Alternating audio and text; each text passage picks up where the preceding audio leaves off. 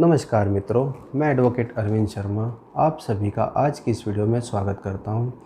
तो मित्रों, हमारे आज के वीडियो का टॉपिक रहेगा मैरिज रजिस्ट्रेशन कैसे किया जाए, मैरिज रजिस्ट्रेशन करवाना क्यों ज़रूरी है और मैरिज रजिस्ट्रेशन के क्या लाभ हैं। दोस्तों, भारत सरकार ने विवाह के उपरांत विवाह का रजिस्ट्रेशन कराना अनिवार्य कर दिया है। यह अनिवार्यता भारत के प्रत्येक धर्म के व्यक्तियों पर लागू होती है। आज मैरिज रजिस्ट्रेशन को लेकर हमारे आसपास के लोगों में बहुत सारे सवाल हैं। उन सवालों के जवाब हम अपने वीडियो के माध्यम से देना चाहते हैं। यदि आप मैरिज रजिस्ट्रेशन से संबंधित महत्वपूर्ण जानकारी प्राप्त करना चाहते हैं तो आप सभी से निवेदन है कि इस वीडियो पर लास्ट तक बने रहें। यदि आप चैनल पर नए हैं तो चैनल को सब्सक्राइब कर दें, बेल आइकन को हिट करके ऑल पर प्रेस कर दें।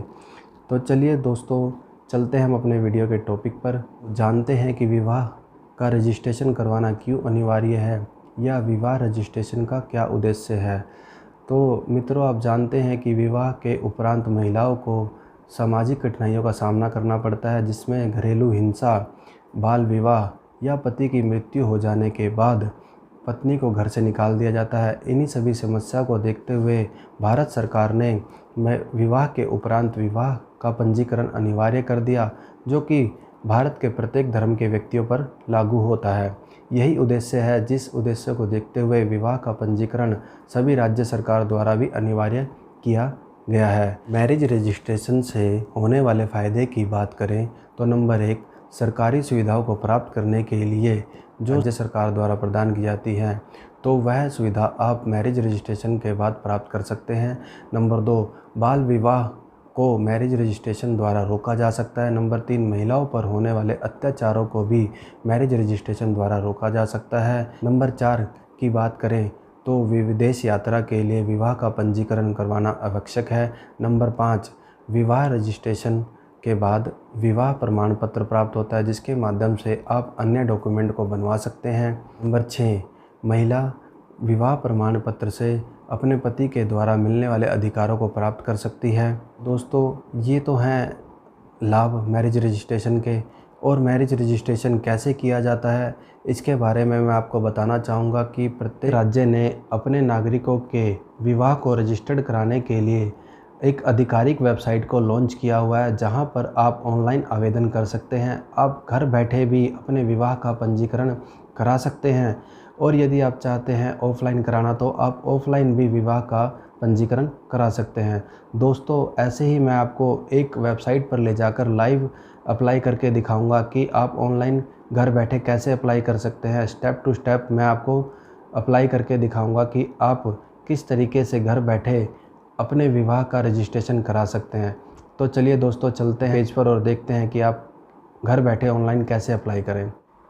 तो दोस्तों, यहाँ हम आ गए अपनी नॉर्मल स्क्रीन पर। यहाँ हम लिखते हैं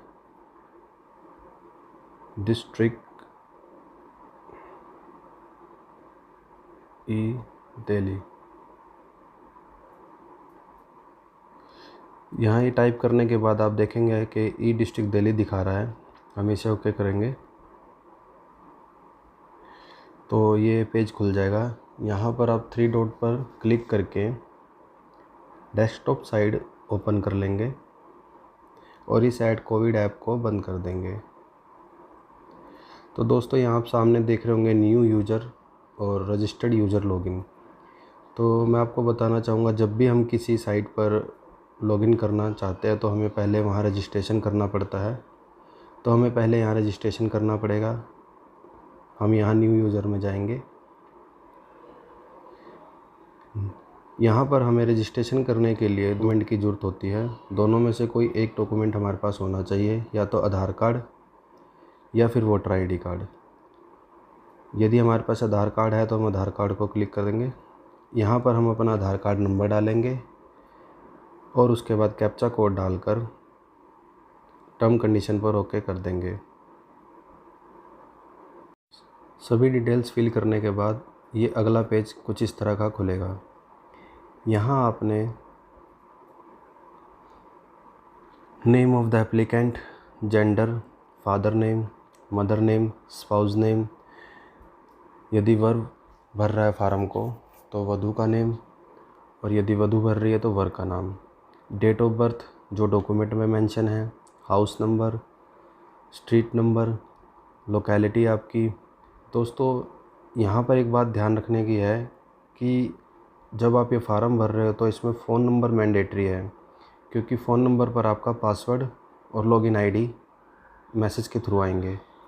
ये सभी डिटेल्स फिल करने के बाद आप ये कैप्चा कोड डालकर कंटिन्यू टू पे रजिस्टर्ड कर देना। करने के बाद अब जो एसएमएस के थ्रू हमें लॉगिन आईडी और पासवर्ड मिला है उससे हम लॉगिन करेंगे।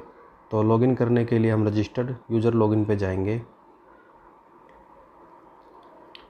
यहाँ हम यूज़र आईडी में यूज़र आईडी डालेंगे, पासवर्ड में जो हमें एसएमएस के थ्रू मिला है पासवर्ड डालेंगे और ये कैप्चा कोड डालकर लॉगिन करेंगे। मैं आपको करके दिखाता हूँ। तो ये डिटेल्स भरने के बाद दोस्तों हम लॉगिन पर क्लिक करेंगे। लॉगिन करने के बाद कुछ इस तरह का पेज आपके सामने खुलेगा। यहाँ हम अप्लाई ऑनलाइन पर क्लिक करेंगे। अप्लाई फॉर सर्विसेज इस पर क्लिक करेंगे। ये आपके सामने लिस्ट खुल के आएगी कि आप इस साइट पर किस चीज़ के लिए आवेदन कर रहे हैं। तो हमें मैरिज फॉर रजिस्ट्रेशन पर जाना है, जो कि हमारा 22 नंबर पर है। ये रहा रजिस्ट्रेशन ऑफ मैरिज। यह डिपार्टमेंट ऑफ रिवेन्यू के अंडर आता है।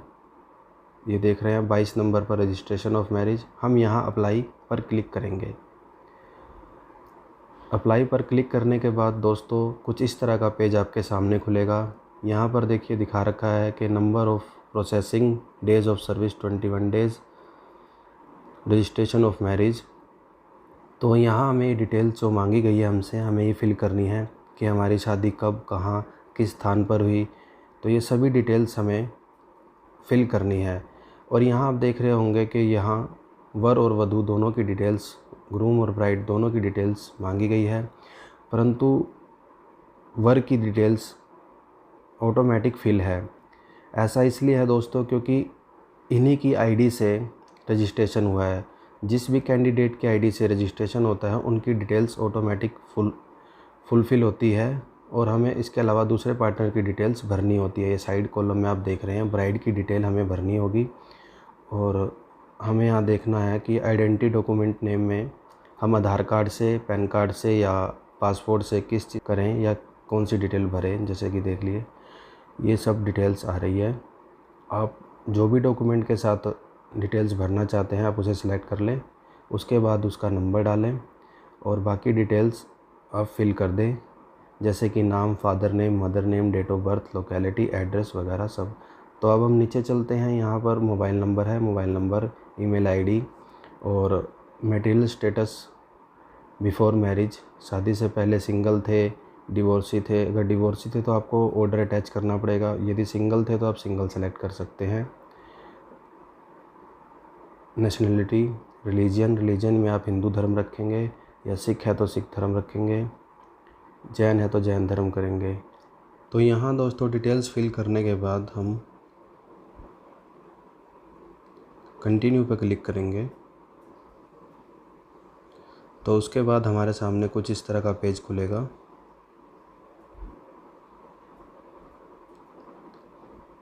यहाँ हमें विटनेस 1 और विटनेस 2 की डिटेल्स भरनी है। याद रहे दोस्तों, विटनेस ये लोकल डिस्ट्रिक्ट दिल्ली, यदि आप दिल्ली में रजिस्ट्रेशन करा रहे हैं तो दिल्ली में ही होना चाहिए। यदि आप किसी अन्य स्टेट में रजिस्ट्रेशन करा रहे हैं तो वहाँ के लोकल विटनेस होने चाहिए। विटनेस कोई भी हो सकता है, आपके घर से भी हो सकता है या दूसरे पक्ष के घर से भी हो सकता है। विटनेस की डिटेल्स फिल करने के बाद अब हम कंटिन्यू टू नेक्स्ट पर क्लिक करेंगे। इसकी डिटेल भरने के बाद हमारे सामने जो पेज खुलकर आता है वह पेज है। यहाँ पर हमें वर और वधू दोनों के डॉक्यूमेंट अपलोड करने पड़ेंगे।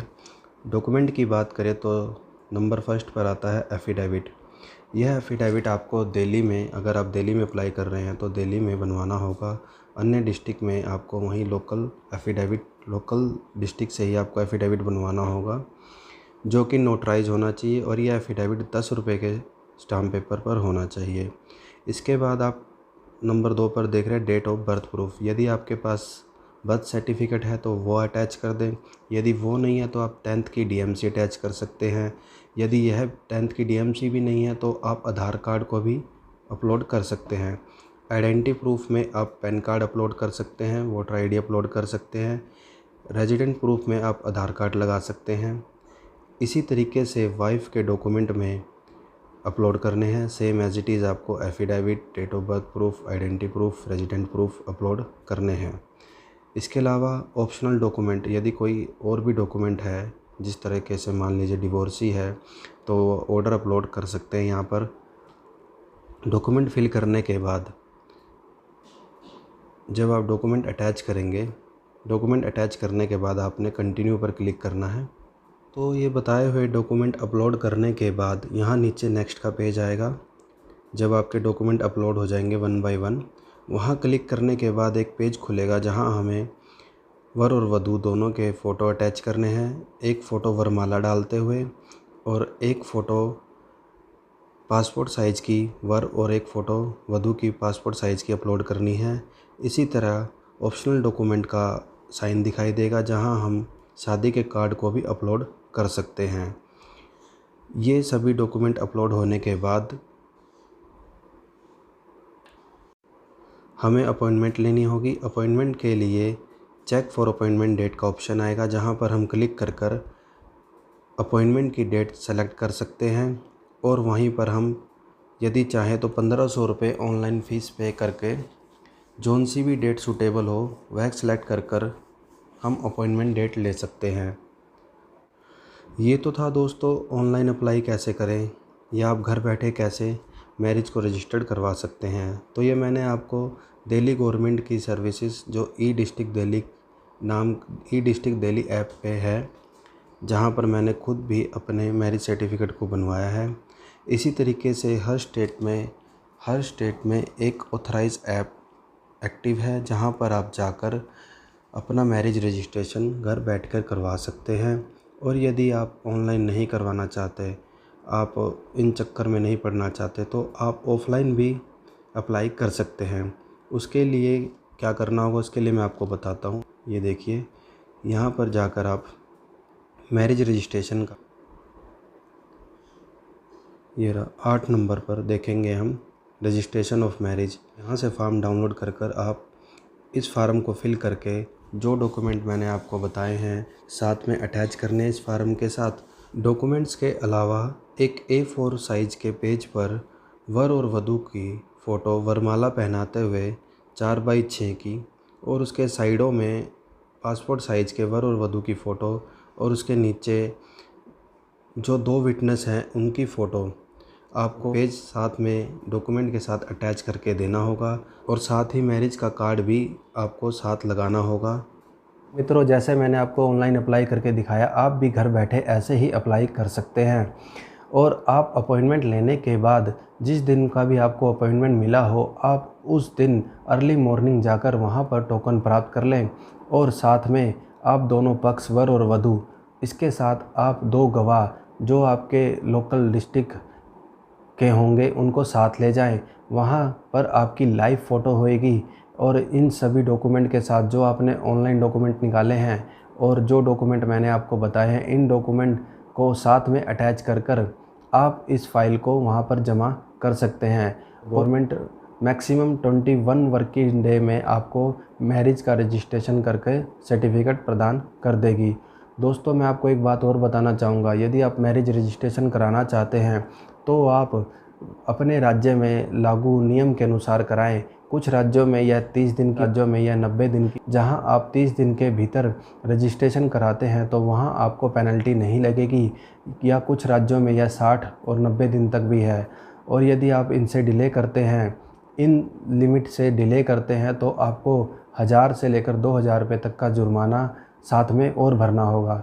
तो मैं आपको ये कहना चाहूँगा, यदि आपने मैरिज रजिस्ट्रेशन नहीं कराया है तो आप समय रहते ही मैरिज के उपरांत मैरिज का रजिस्ट्रेशन करा ले, जिसमें आपको अधिक जुर्माना भी नहीं भरना पड़ेगा और आपका मैरिज रजिस्ट्रेशन ईज़िली हो जाएगा।